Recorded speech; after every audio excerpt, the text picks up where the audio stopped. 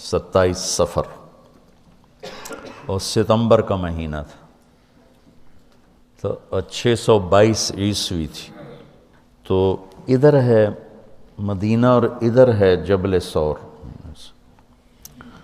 تو ابو بکر نے عرض کی میں نے ایک غار ڈھونڈ رکھا ہے، پہلے وہاں چلتے ہیں، تو جب ہماری تلاش ذرا رک جائے گی پھر ہم نکلیں گے۔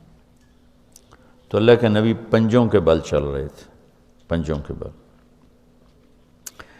پنجوں کے بل اس لیے چل رہے تھے کہ پاؤں کا نشان دیکھ کر کھوجی پیچھے نہ پہنچ جائے۔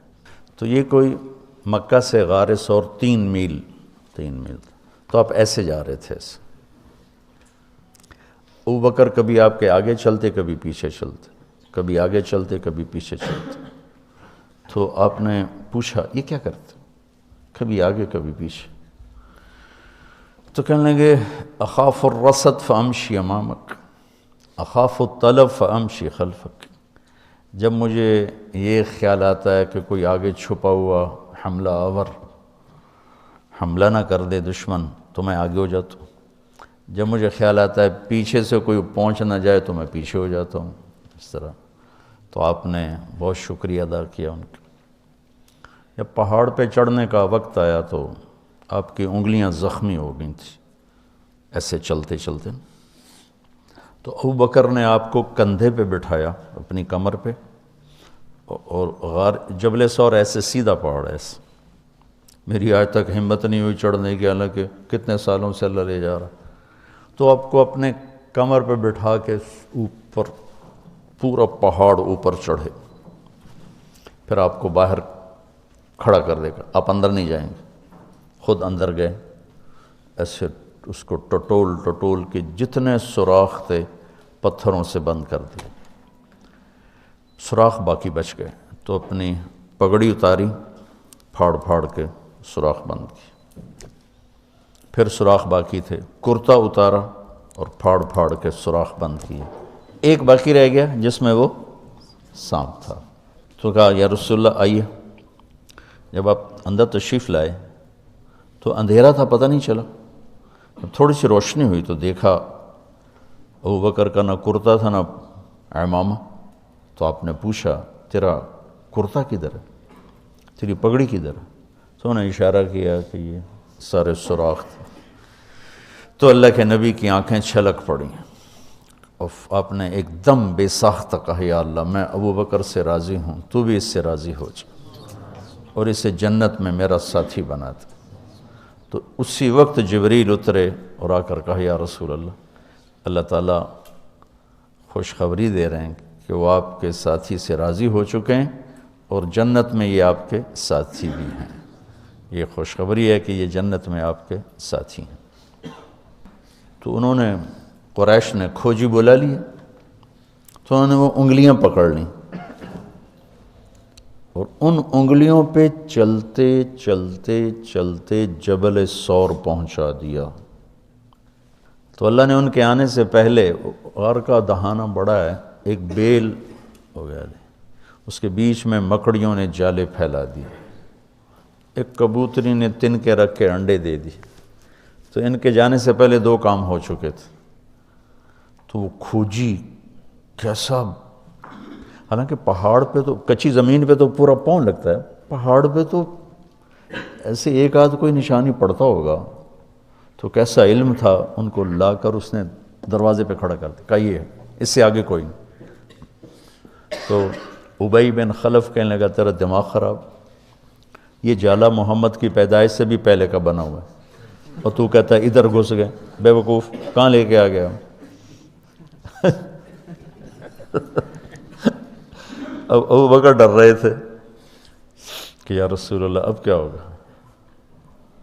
تو آپ نے کہا ما ظنک باثنین اللہ ثالثہما، جن کا اللہ ساتھی ہو ان کو کیا پریشانی۔ تو امیہ بن خلف نے وہیں دروازے غار کے منہ پہ بیٹھ کے اندر منہ کر کے پیشاب کیا، اب دونوں سامنے بیٹھے تھے۔ تو آپ نے مسکراتے ہوئے فرمایا دیکھو اگر یہ ہمیں دیکھ سکتے تو یہ یہاں بیٹھ کے پیشاب کرتا۔ تو تو انہیں وہاں آرام سے وہاں پیشاب کیا، وہ سامنے بیٹھے تھے دونوں اللہ نے بیچ میں پردہ ڈال دی۔ قرآن ابوبکر صدیق کے اندر کے جذبے کو بتاتا ہے، لا تحزن، لا تحزن۔ قوم موسیٰ جب سامنے پانی اور پیچھے فرعون، تو ان کے جذبات کی ترجمانی کرتا ہے انا لمدرکون، انا لمدرکون۔ 40 برس کی صحبت اٹھائی ہے دو نبیوں کی، ہارون اور موسیٰ۔ وہ کلیم اللہ ہیں، پہلے رسول کلیم اللہ، رسول تو ان سے بھی پہلے تھے، کلیم اللہ پہلے کلیم اللہ ہے، اور 4 بڑے انبیاء میں سے ایک ہیں، ابراہیم، موسیٰ، عیسیٰ، نوح، اور 5ویں ہمارے نبی سب سے بڑے۔ تو جب آگے سمندر اور پیچھے فرعون، تو ان کو اپنے نبی کی کوئی فکر نہیں رہی، نہ موسیٰ علیہ السلام نہ ہارون۔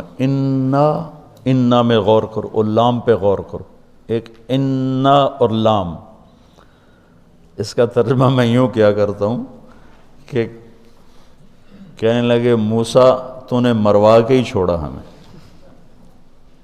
آپ کا کیا بنے گا، اب کیا ہوگا، آپ کی جانوں کو خطرہ ہے، ہم مارے گئے، ہم پکڑے گئے۔ تو آگے موسیٰ علیہ السلام نے اتنی شدت سے کہا کلا۔ کلا کا ترجمہ میں یوں کیا کرتا ہوں کہ ہو تسی اسے لیک کہ یا تسی پانی ڈوب جاؤ یا تو فرعون لتر مارے، لیکن ان معی ربی، میرا رب میرے ساتھ ہے، مجھے بچائے گا تو میری تو فعل تم بھی بچو گے۔